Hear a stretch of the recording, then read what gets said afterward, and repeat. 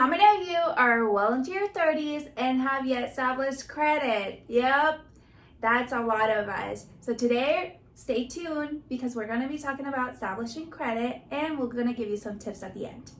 Yes, so I think the most common example of why you would need credit is, well, when you're thrown into adulthood, you want a car, right? And so let's not talk about leasing today, let's talk about buying, okay? Most common example out there would be you going and getting, let's say, a Honda. That's a pretty basic car out there that a lot of people start with. And so let's just say for this example that I'm gonna have 780 credit score or more. And Gemma is gonna take one for the team. Yep. And so let's just say we're both gonna go get a Honda, ticket price $25,000. Well, if we have cash, cool, that's gonna be our price out the door, right? And so what we're gonna talk about is financing, which most Americans do.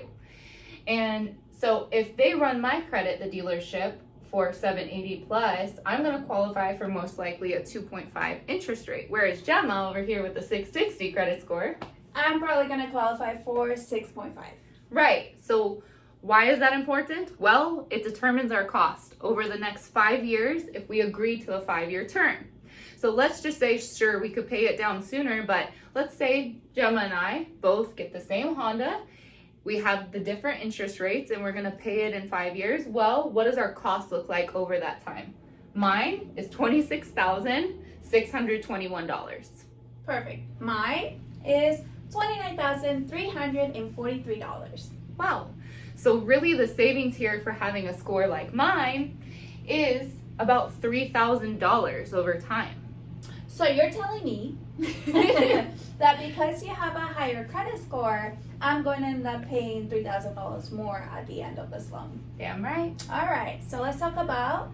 So there's a couple tips for those of you who are just getting started with a credit and establishing it to really boost your score. Well, number one, you need to have credit reporting, something reporting to your credit. So if you have nothing reporting right now, get your first credit card, okay? It could be secured, unsecured, whatever you qualify for.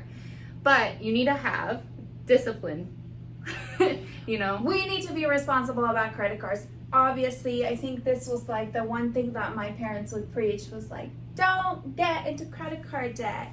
And not getting into credit card debt also meant not getting credit cards, which also meant not building credit. Right, and so that's the misconception out there is that many of us are told that, as I've gone throughout life and asked my friends, same story.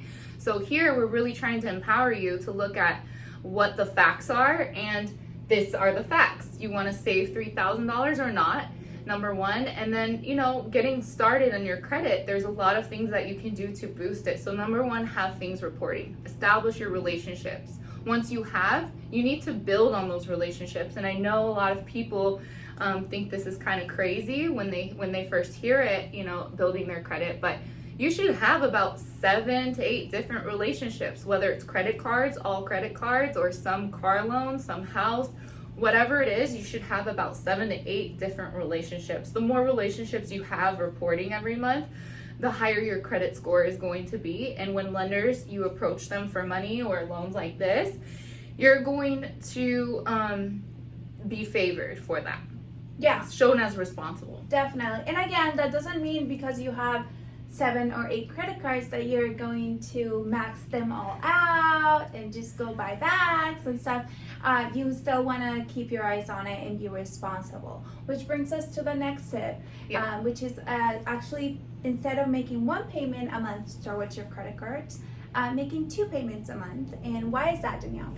So when you have a bill date, so a due date for your credit bill, everyone wants to pay it on or by that due date the latest, right? But the bureaus are reporting at different times, all of them. So they might still, even though you paid your bill, they might still show when the reporting hits for the bureaus that you have a balance, and that will hinder your score because of utilization. So showing more payments throughout the month is going to show them that you are paying before the reporting hits. I love that. I actually did not know that prior to doing my research for this talk.